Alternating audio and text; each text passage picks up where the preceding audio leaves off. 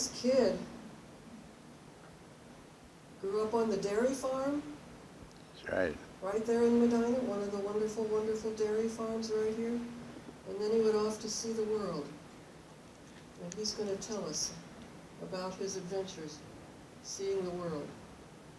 Well, as you've all heard, I'm Norman Wolff, and was born and raised on Wolff Road. I went to school at York School, and in my senior year, that would have been February of '45, I enlisted in the Navy. I joined for the duration of the war and 6 months thereafter. It was hurting for a lot of people, I think. But I would have been 18 at the end of my school year, and I kind of wanted a choice of where I went. So I chose the Navy. A lot of my friends were in the Navy. And shipped us off to Great Lakes. Took our boot camp or basic training there, and learned about how to turn your clothes inside out and roll them up like a rolling pin and put them in keep them in a sea bag.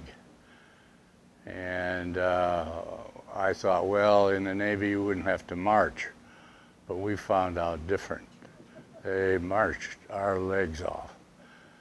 And when it was weather like it is outside now, we thought, well, we don't have to go out and march in the rain, but then they got us up at 2 in the morning and made us go out and march in the rain.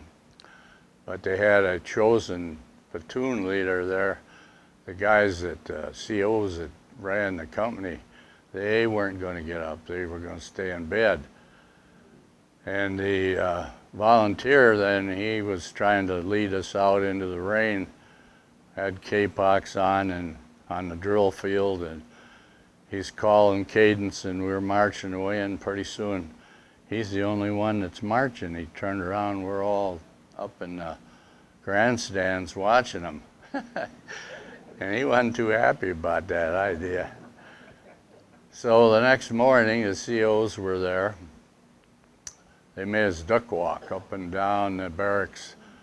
I don't know if any of you had a duck walk or not, but I never thought at that time that it was going to carry over into my 80s, because I'm kind of duck walking now, you know. So after that, they loaded us on a troop train, and they had back then it was all steam trains, and they had a cook car in the middle, and the uniform of the day was undress blues. That's your blues without no stripes. And the cook car was in the middle, and so we'd file through the cook car, and that was all fired with coal, and come back through and get your meal and then eat in your compartment of your train that you had. And it took us a week to go from Waukesha or Wisconsin to Seattle, which I think we spent more time on the siding than we did running the rails. Well, we finally got there. We came out around Spokane area, went through the mountains, and came down along the Spokane River into Seattle. And then we got aboard a ferry and went over to Bremerton Navy Yard. And the Navy Yard was a training center and also a dry dock area for repairing ships that were damaged at sea. And took our lumps over there, taught us how to hand combat fight and fight dirty, and I didn't realize that the Navy did that. But anyway, when they got done telling you how to beat up a guy, hit him in the nose, kick him in the groin, and whatever, they lined you up with a guy right across from you and give you a pair of boxing gloves and say, go to it. It didn't matter what size he was. So I'd been kind of tall and skinny, and this guy that I had to line up was kind of stocky, looked like a football player. And I remembered what they said. You hit them in the nose first, and then they get the tears come in the eyes they can't see, and you finish them off. So I hit the guy real hard in the nose, and you know, he never laid a glove on me. So anyway, when we finished our training in Bremerton, we went down to Seattle, or not Seattle, I'm sorry, Tacoma. That was a shipyard, and got aboard the Barocco and put it into commission. And that's why I got that certificate that you saw up there in the beginning, because if you went into commission with a ship the first time it was built, they give you a certificate, and supposedly you were supposed to get a plank when they decommissioned the ship. Well, I never got a plank. I couldn't have carried it anyway, because the ship was made up of 6x6 set in tar every 20 feet with a steel tie-down bar across the deck so they could anchor the airplanes down. And so we got the commissioning out of the way. I might have a picture on that commissioning day. It was in July '45. After the commissioning, it was time to start loading the ship. And I was assigned to the deck crew, 1st Division, and that's up by the bow where the bosun mates and guys run that, and they're ornery, those guys. Anyway, we had to load the ship, and the way they did that is they had 2 gangways, one coming off and down. They'd pull semi-loads of foodstuffs, could be potatoes, powdered eggs, you all remember those, I'm sure, and powdered milk, and anything that that ship needed, we carried on to that ship.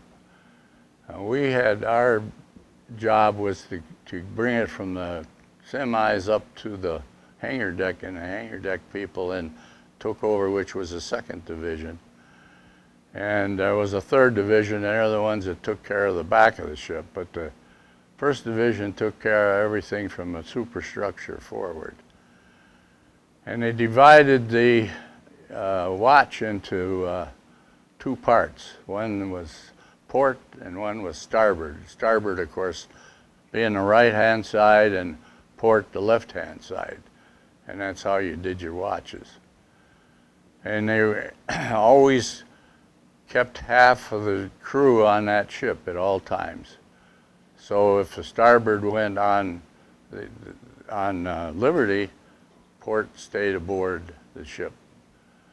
And when we got done with that, we went up into, we got enough loaded up there, and we went to Puget Sound.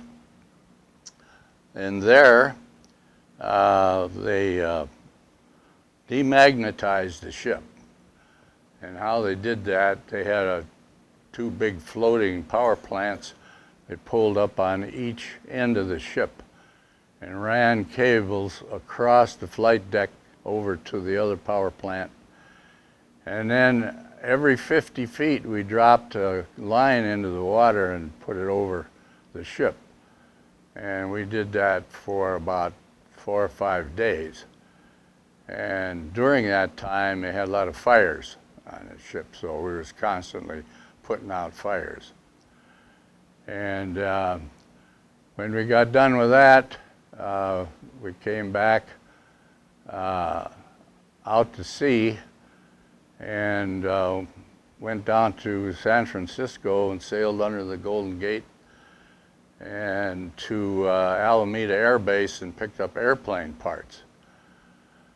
And from there we left. We were there probably a week and went on down to San Diego and picked up our squadron. Our squadron was F-6F fighters and TBM torpedo planes. And then we went to see what the thing would do, and the top speed on it was 21 knots. The ship itself was about 800 feet long, something like a small ship today that you go out and have a good time on. Then it had 4 boilers, and it had 2 propellers, or we call them in the Navy screws. Shafts on them were probably about 18 inches in diameter, and the propellers were probably about as high as this room here, each one of them, and they were made of brass. On our way on our ship, our shakedown, we call it, we burned out a main bearing, so we had to come back into dry dock into LA, which is near Hollywood there. They called it San Pedro back then. I don't know what it is now, but they keep changing names. And we went into repair there, and while we were there, we have a picture of Bunker Hill, I think, Mike, which was a CV series, but it's a little bigger ship than ours, but it got hit with 2 kamikazes, and my buddy was on that ship. And, when it came in, I had an opportunity to go aboard. It was really burnt bad. It had burned all those planks off of the ship, besides all the airplanes and ammunition and whatever. I went aboard to see if he was still alive, and he was. And we were very jubilant getting together, as we were boyhood friends. We called his mother. It was about 9 o'clock there, and we didn't think anything about the time change. And of course, she got woke up about 2:30 back here in the morning. And but she was glad to hear from him, I'm sure. So for that reason, they doubled the armor when we were in LA. And where there was 2 barrels, they put 4, and so on, or all around the ship. And I was assigned on to the 20s, and they were, being in the 1st Division, we lived up in the front of the ship. And when General Quarters sounded, the airplanes started. The ones up front, they were near the catapults, and the catwalks would get full of people, and my battle station was on the after bank of 20s, at 2/3 of the way back on the ship. So the only way I could get there is to go in, and they had a vertical ladder that went from the bow up to the flight deck, and I'd run up that vertical ladder and crawl over the end of the flight deck and run back to my battle station.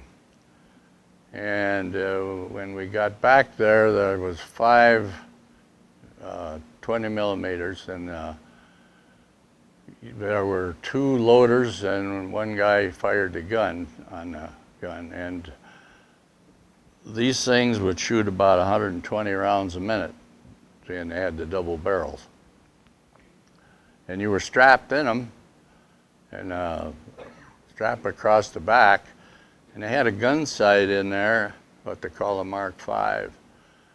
And you'd get lined up on your target, and you'd pull the trigger, and all of a sudden there was smoke. Every 3rd round was a tracer. It was about the only thing you could see. And that gun sight you had looked like Jello in there, with all over the place. So it didn't do much good. And the rest of the crew said, well, when the 20s opened up, it was time to abandon ship, which was probably about true. But what we did was throw up a lot of bullets and so forth, so if a plane did get through, we could cut them up. into pieces with the amount of gunfire we had. So that was the reason that they doubled the armor on that. So after we got done with our cruise on our shakedown and we were ship shape, we headed out for Pearl Harbor, and we were getting ready for the big invasion of the Japanese mainland. Well, fortunately for us, they dropped the bombs and the war ended. And we were in Pearl at that time. And we not being too familiar with all of the brass and so forth, we were kind of the lowly part of the Navy and being just seamen. And I got put on a work party, which of course was all part of the deck cruise. I think there was 5 or 6 of us, and it was after hours. It was after 4 o'clock when they decided that we were going to go to a warehouse and pick something up.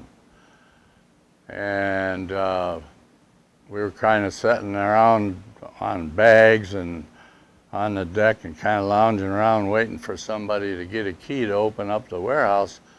And in walks this 5-star admiral. And Lordy, I never saw a 5-star admiral in my life. And nobody knew who he was. We didn't salute him. We were just sitting there. And he asked us what ship we were off of, and of course we told him. And whoever was in charge of the work party come out and says, let's go. And we went back to the ship and cast off the lines, and I never did know what we were supposed to get. And we were on our way to Saipan, and we went to Saipan and went to Lady Gulf. There the things were blowing all to pieces. And when we were in Lady Gulf, the starboard got to go on Liberty first, and they used a landing barge to get them to the mainland, because there weren't any docks and everything was in pieces anyway. And so starboard went and come back.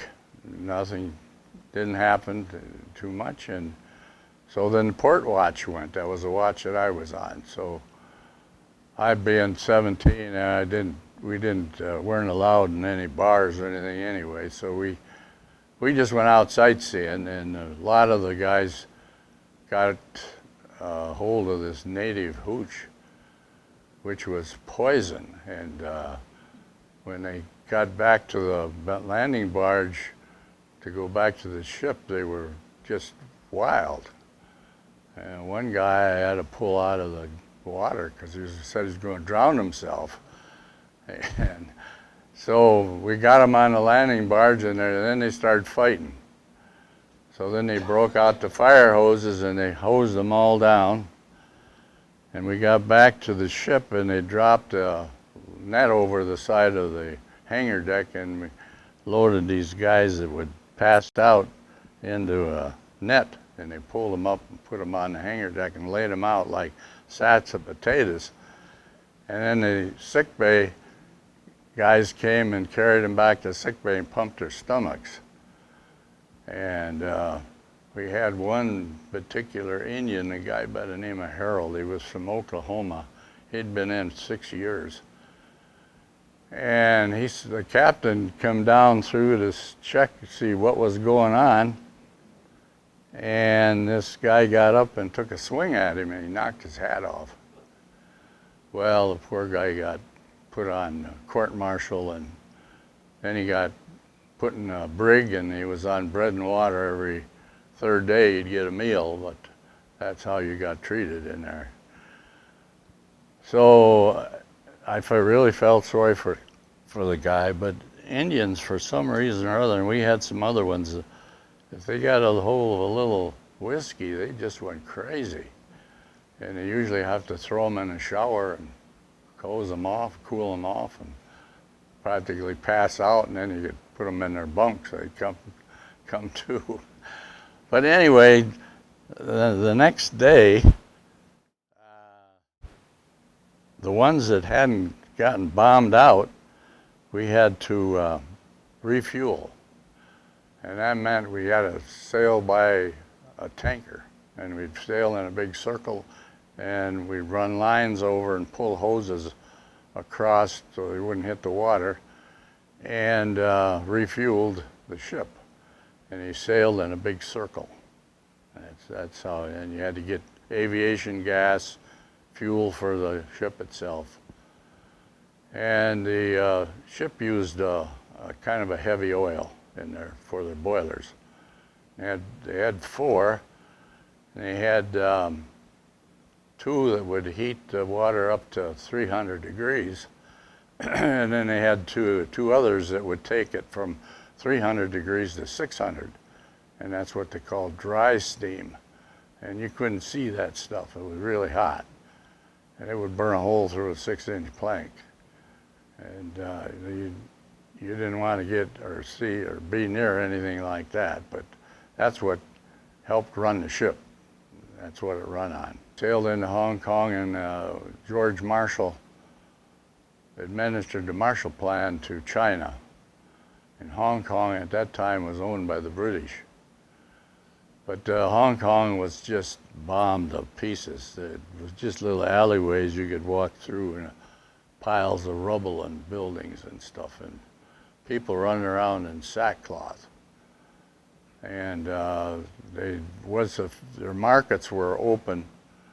And one thing that we learned, that their poultry, they had a lot of poultry, they cut the poultry across with 2 drumsticks sticking up. Instead of, we split them down the middle by the breastbone, but they cut them the other way. And the other thing that we learned there was that people that were on the water had these boats, and the front of them was blunt, and the back was to a point. And they didn't row them like we do. They used a big long pole, and they pushed it back and forth, and the thing would go through the water like a pollywog. And of course, those people, they call them boat people, they would always come around the ship because the guys that smoked would pitch their cigarette butts over the side, and they'd come along and fish these butts out and make new cigarettes out of them. So anyway, that was one of the unusual. And then if they got too thick, then they broke out fire hoses and chased them away, because there was no match for a fire hose. So after that, we thought we were going to go to Singapore. Well, they changed our orders, and we said, well, being the war was over and everything, we went to Guam to pick up airplanes to bring them back to Pearl. And it was, in China, it was Christmas time. It was January and end of December. So for January 1st, 46, we're headed for Guam to pick up these airplanes, and we hit a typhoon. And the waves were 100-footers. And the ship drew 28 foot of water, and it stood 75 foot above the water in the flight deck. Well, we were taking water over our flight deck by 30, 40 feet. And it tore our forward gun, 40-millimeter gun mount, tore it right off the bow. And of course, it rolled up the flight deck too. There was big I-beams like that, but it didn't matter. Just turn them up, smash the catwalks in. We had big steel roll-up doors on a hangar deck, and it smashed those in. So our hangar deck was awash, and when we were on top of the big swells, the screws would come out of the water and the ship would just shake, you know. And then you were down in the trough, you could still look across and see the other ship. There was daylight underneath. Was how big the valley was. So we survived that, and we got back to Pearl with some airplanes, and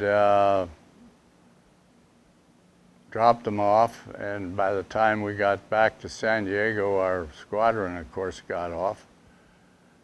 And war was over, so most of the guys that were on the ship, we had probably 2/3 of the crew on the ship were survivors and had been in the Navy a long time, so they got a chance to get off. And the rest of us, about 700 of us, went up to Bremerton to get the ship put back together again. And so we spent February in Bremerton getting repaired. And when we got done with that, we came back down to San Diego.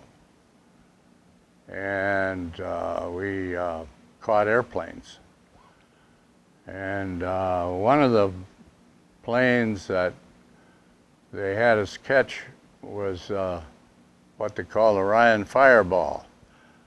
And unbeknownst to us, it was half jet and half rotary engine. And the jet, of course, was from the cockpit back.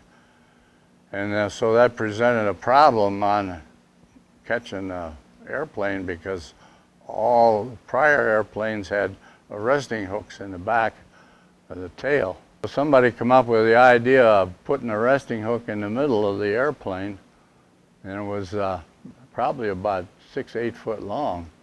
The wires of the resting hooks on carriers set about a foot above the flight deck, and the hook catches those, and then they pulls the cable, and the cable's attached to a couple of cylinders which are mounted in the top of the hangar deck right under the flight deck. And this is like a hydraulic fluid that runs through a valve, and the guy on that controls the wire, he's got a lever up there kind of like a John Deere hand clutch, and he controlled the rate of the plane to slow it down, to stop it. So they come in pretty fast, and on our carrier they had to land within 500 feet, because we were only 800, and they kept 300 foot reserved in the front for parking the planes they'd already caught.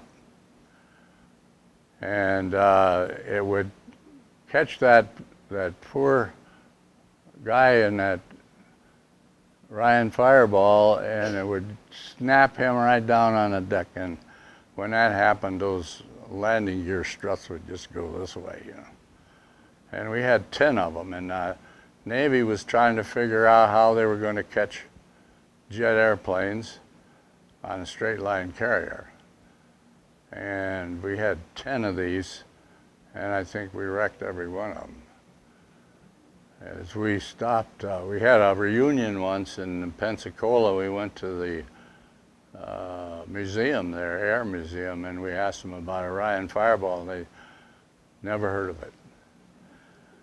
So apparently it was just an experimental airplane that they built to see how they were going to handle jets. So anyway, after that, why, we just caught standard planes like Marines flew the gull-shaped wing, Corsair, and it was a heavy airplane, but it was fast, had a big engine on it. And we would catch those guys, and they had to qualify, of course, so many landings before they could be a qualified pilot. So that's what we were doing from probably March of '46 They're catching these, and the regular people that had been catching airplanes were gone. The war was over, they went home, so they said, well, you guys that are left catch these airplanes. So we had an education on air department. We were air department. So there were several jobs, and one of them was that I didn't like on a regular plane was that when they started the plane up, they used, I think about 160 or 180 octane, and invariably the thing would backfire or something, and the bottom of the plane would catch fire. Well, you had to hang on to the landing strut and use your CO2 bottle to put the fire out and not get blown back into the plane behind you. So I really didn't like that idea, but we got through it. And I got assigned, I think, a number 5 wire. That was a little more fun to do that, to catch an airplane, than it would be to stand up there and get them started. So that was our air department experience. When we were in Pearl Harbor, Mrs. Chiang Kai-shek was her husband was the leader of China. That was before Mao. She came aboard, and the captain, Temple, which is on the left, I used to have to stand orderly for him once in a while. And the first time I stood it, he asked me to do something, you had to go get an officer, or you had to take a message to somebody. And I think he asked me to go get someone. I can't remember who it was. And I said, yes, sir. And he said, son, you're in the Navy. And you address me, you say, aye, aye, Captain. So he was very, very particular about uniforms and how you did things. And so anyway, there was an evening, and I had a flashlight, and I had to hold a flashlight, and of course on a ship, your stairways or your ladders are pretty steep. So I had to hold a light so that Mrs. Shanghai wouldn't break her neck going down the stairs. And he took her into the radar room, and I had never been in the radar room, but I used to stand phone talker on the bridge.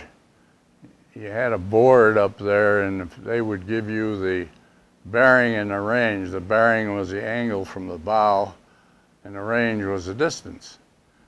And you wrote that down, and the guy that was running the ship, which was the officer of the day, if they got within a certain range, he wanted to know about it. And so we had a radar screen on the bridge, and he could sweep the target out there and see if it was a ship or if it was an airplane. You could tell if it was moving fast or not. And then if it was a ship, it was an outline. It had a little yellow line right around it. So for some reason, he thought that I was connected with the radar room, and it was restricted because it was something new. Not all the ships had radar. And so we went in this radar room, this big, beautiful screen as high as this ceiling here. Big thing. And he started asking me questions about it, and I didn't want to embarrass him in front of her. And so I kind of stammered and stuttered around trying to think of and I said, well, this is kind of restricted to the crew, and he took it at that point. He didn't push it anymore. So, but that was the first time I'd been in the radar room. It's kind of a beautiful thing to look at. It's all in color. Anyway, that was my experience as far as captain's orderly is concerned. The guy on the right was the exec commander, and of course the captain was a full captain. And the guy on the right, and he graduated from A&M College, and I think he was a linebacker. And he was up and down that ship 6 times a day, from stern to the bow, down to the bilges, to the flight deck, and just a constant move with the guy. And he contacted, I think, about everybody on the ship. Yeah, everybody knew the exec. After we finished our catching airplanes there in San Diego, it was April of '46. And I had a notice from home that my brother had gotten sick and needed emergency leave to help come home and put the crops in. So the captain said, well, you go check with the chaplain and see if he can get you transportation. And so I went down, and we never saw eye to eye very well. Anyway, he was a lieutenant commander. All department heads on there were lieutenant commanders. And I asked him if there was any chance of arrangement for transportation, and he says, no, nothing I can do for you. So I started back up the corridor, and the captain stuck his head out of his stateroom, and he says, well, did he help you? And I said, no, sir. He said, there wasn't anything he could do for me. He said, you go back down there and tell him I want to see him. So I went back down, and Captain wants to see you. He got up there, and this was about 11 in the morning. And he said, you get that boy on a airplane, and I want him out of here by 2 o'clock. At 2 o'clock, I was on an airplane, headed for home. Back then, they had what they call Navy air transport, and it was the old C-47, the ones all the paratroopers used. They had the metal seats and the dents in it you sat in. And that was my first airplane ride. We left San Diego and we flew over the mountains, and oh my goodness, I'd never been on an airplane before, and I never knew about air pockets, but I learned. And of course they flew about, I'd say anywhere from 150 to 200 miles an hour. And you'd hit an air pocket and that thing would drop 20 feet. Oh my. So that was, excuse me, that was my experience flying. And they were hauled freight and people. So the freight would be in the middle and the passengers sat on the edge in those metal seats. And so we flew from San Diego to Phoenix, Arizona. And we got there at 6 o'clock at night. And we had to get gas. And we opened, of course, there's no such thing as pressurization and that kind of thing on that kind of airplane. And we opened up the door on the airplane, and it's 110 degrees. Oh my, people really live here? And fortunately, we were only there half an hour, and we were out of there. And then we flew into Amarillo, Texas, and from there we flew into Olathe, Kansas, and by that time it was 6 in the morning. And got bumped off. Everybody had to get off. They had something else that they were going to haul, and they had priority, and we didn't. So I went up into the tower there. They said you could rent their parachutes for $2, and you could fly with a bomber or somebody, Air Force. We found out there wasn't anything going too much. And I think I'd signed up, but I was 21st on the list of the next plane in. And fortunately, I made it. And so we flew from Olathe, Kansas into Columbus, Ohio. I made a terrible landing. I think the guy came down, he must have hit a fence line or something, and the thing bounced, and I thought, oh boy, this is it.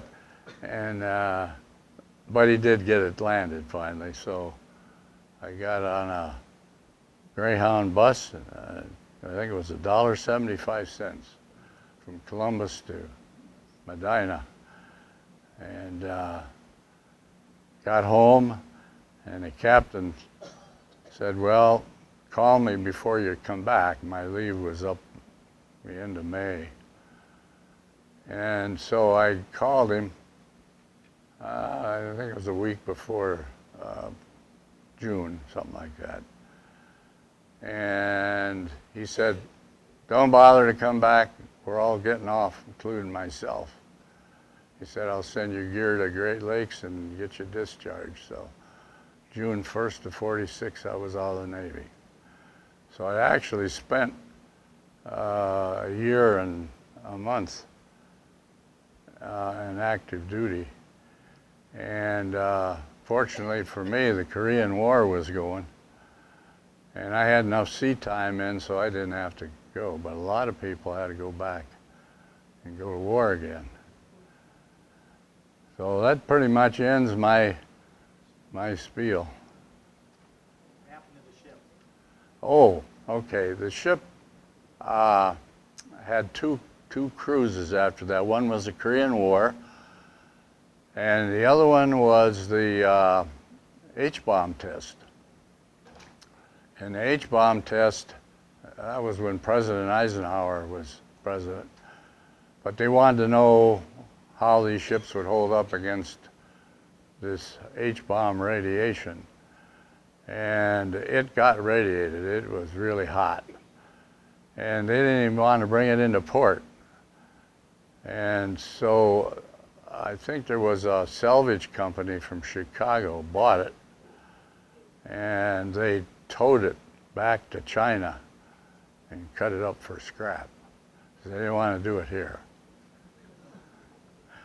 And some of the people that were in our association, there was a few guys that were on that ship. But then not some of them got cancer. But some of them didn't. I think it was our association president was on, but he survived. What was the normal complement of people aboard your ship? When we had all our airplanes on, we were about 1,300 people. I think the crew itself, we were 700 to 800, something like that. Do we have more questions? How long did the typhoon last?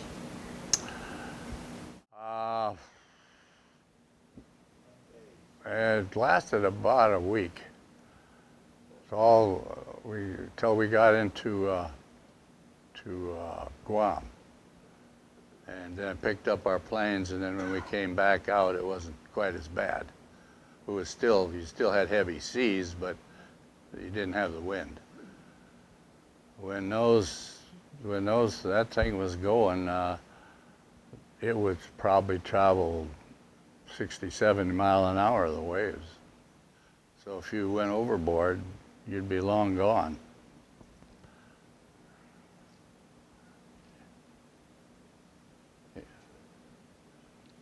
We'll go here. Yes. Why did Wolff Brothers Supply get rid of the little ponies, and where did they go? Well, my niece had the ponies, and I'm not sure about what happened to them. I think she sold them off, the little horses. Probably got tired of taking care of them, I suppose. Yes? What condition was Pearl Harbor in there? When we got to Pearl, most of the battle wagons were still sitting on the bottom. Of course, Arizona, they never did raise. It's still there. But I think there was at least 5 or 6 battle wagons that were tied up there. No, it wasn't a bomber. It was just, what is it, DC-3 or 4 or something like that. It had 4 engines anyway. the bombers weren't available, probably just as well.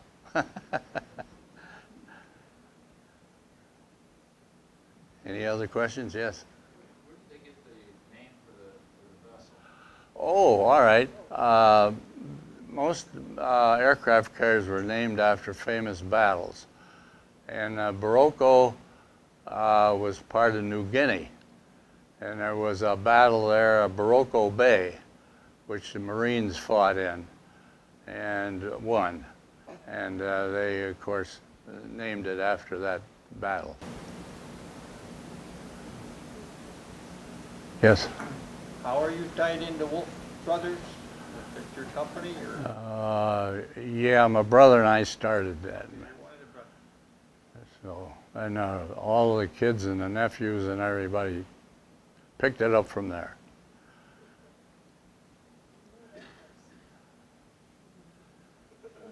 Yes? Why did they have to demagnetize ship? Why did they demagnetize? Oh, well, because at that time they had like magnetic torpedoes from submarines, and you also had mines that they would drop in the water, and of course they would be attracted to any metal, and of course they'd get blown up. So, Did your watches work? Any clocks work? well, they took those all off. Yeah, otherwise, right, they'd been magnificent. We did. We had a reunion for 25 years, and we all got too old, and they decided just to ban it. But we'd get probably 60 or 70 people at a good group. And those were good crowds. The rest of the time it was down to maybe 30, 40 people. And the problem was we had it all over. The guys from the East Coast wouldn't come when it was on the West Coast. And the West Coast wouldn't come when the reunion was on the East Coast. The best reunions we had, and turnouts were in the middle. I think we had one in Sioux Falls, and then they had several of them there in Missouri. I can't think of them. Branson, yeah. We had several there, but then there's some complaint that, well, we keep going back to the same place every year, you know, and so we're not going to go. So you can't please everybody, you know.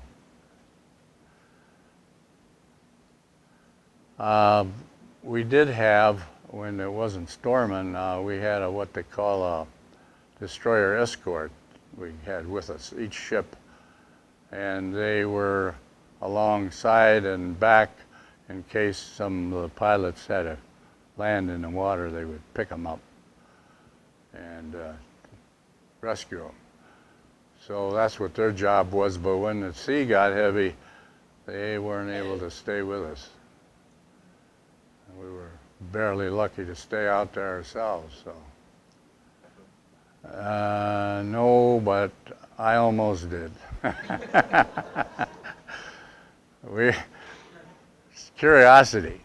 The bow was supposed to be off limits, and the hatchways were closed at certain times, and then when heavy seas, they were closed. And we had heard another fella and I, by the name of Meyer, went out on the bow to see what happened to that forward gun. And of course it wasn't there. And while we were out there, and when you go through a hatch, you dog it back and close it shut again. While we were out there, all of a sudden, I had my back to the bow. I was talking to him, and his eyes got as big as saucers, and he says, "Wolff, look what's coming at us." And I turned around, and there's a mountain of water was way up there. And it wasn't time to open the hatch, so we had what they call light hatches around the little partition, and so when you opened the hatch, a light wouldn't come out. And I ran back on the side, the railing was here, and he was there first, and he hung on to the ceiling up there, and I had to hang on to that partition. That's all that was left.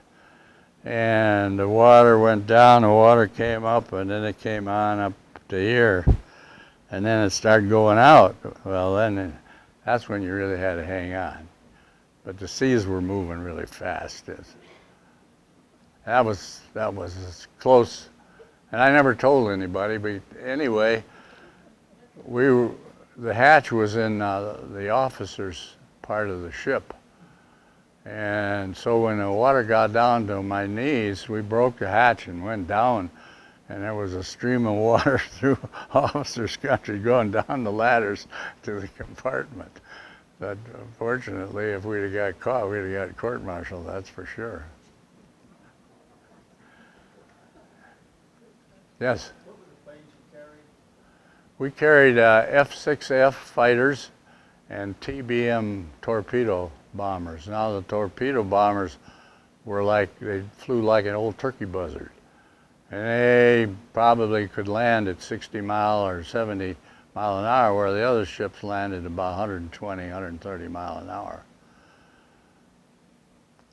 But they'd come in nice and graceful. And of course, the best we could do was 21 knots. And our turning radius was about, I would say 3 miles to make a U-turn. And it took about a mile to negotiate a turn. And we had a little problem sometimes when we came into the dock to tie up. Usually they had a pilot. The captain would never steer it in. And when we come in, they would put lines out on the deck up there, and then we'd shoot a gun we had a gun with a piece of brass on it, tied to this brass projectile in the gun. It was about a little thinner than a clothesline. And we'd shoot that over to the dock, and we'd tie it onto a little heavier line, and then a little heavier line to that, and then eventually it'd get tied onto the loop on the steel cable, which was about 1.5 inch cable, like they have on these derricks and cranes. And that was miserable stuff to handle, but they would pull that over then and put it on the mooring head. And then we had a steam winch up on the bow, and if it was too far away, they'd make turns on this steam winch, and then it would push a ship over. We didn't have bow thrusters and that kind of thing like they have today. And of course, the 3rd Division handled the back of the ship, and the 2nd Division handled the middle of the ship. And so sometimes there was a little problem, and I think we tied up, it might have been San Diego, and they decided to back the ship down. Well, we were already hooked on a mooring head on the dock. And up on the deck where we were, they have it looks like a big anvil with pointy ends, and you figure eighted this steel cable onto that. We had already figured that on there, and there wasn't any way we could get it off, because they started backing down and tightening the line. And so we just laid down because we knew the line was going to part, and when it did, it was just like a nasty big rake coming out across the area. You didn't want to be near one. So everybody laid on the deck. They hit the railing on the side of the ship. Nobody was hurt, but it's kind of scary. Yes? How many feet was it from the flight deck to the water? 75 feet to the water, yeah. And we drew 28 feet of water. Yes? Aside from the powdered milk and the powdered eggs, what was the food like? It was pretty good. Of course, at sea, you got the powdered stuff, but when you were in port, you got good fresh food. Most people didn't like powdered eggs, and they didn't like the powdered milk, and I was one of them. So you drank water. Yeah, there was one advantage we had, and that was that we made our own fresh water. And so we got to take freshwater showers. We didn't have to do the saltwater routine. So, but the exec kept threatening us, you guys use too much water in those showers, you're gonna get water hours or you're gonna get salt water. So everybody did their job, and they didn't use too much water, only enough to rinse off, and that was it. Oh, yeah. Well, I remember out there I used to pick up potatoes in those fields where those warehouses are, and I really didn't like that job either.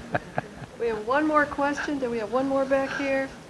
How did they launch the planes, and what use did they make of the steam? Did they use steam for the catapults? Yeah, well, I know on there they use compressed air. That's all steam. Yeah, right.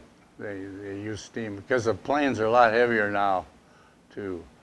The only heavy plane they had then back was the old Corsair, but it had a huge engine. The catapult we had two of them. They were 100 foot long, and they would put one plane on and another one right behind it on the second one. And they had a little Go Devil on the deck. And the bit came from the wing. They had like a U thing on the wing of the plane, and it went down the front part of the bit onto the Go Devil. And the guy run the catapult would push the button, and in 100 feet they were going 120 mile an hour or 130 depending on, and they were airborne. And of course we're sailing full steam into the wind to give it all the lift. We had one incident where we had a Corsair, and the Navy had a crazy thing going on. Like if you were in gunnery or if you were running a catapult or whatever, they had a term called standby fire. Now, you weren't supposed to fire because they said fire. And then a few minutes later, they would say fire, then you were supposed to shoot. Well, they did the same thing with the catapult. Standby fire, and the guy running the catapult pushed a button. Well, the pilot wasn't ready.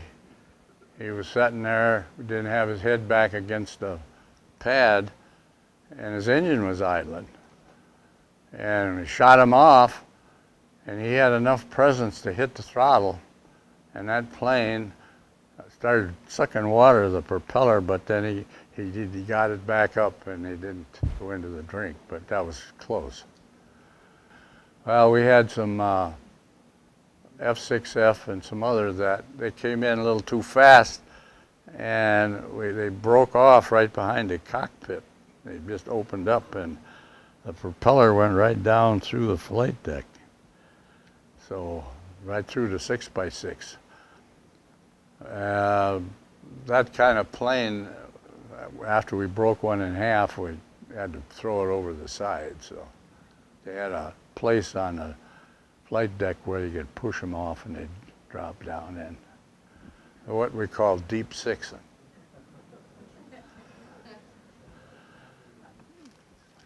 A small token of thank you Oh. from the Medina Library. Oh, thank you. Thank you, thank you, thank you.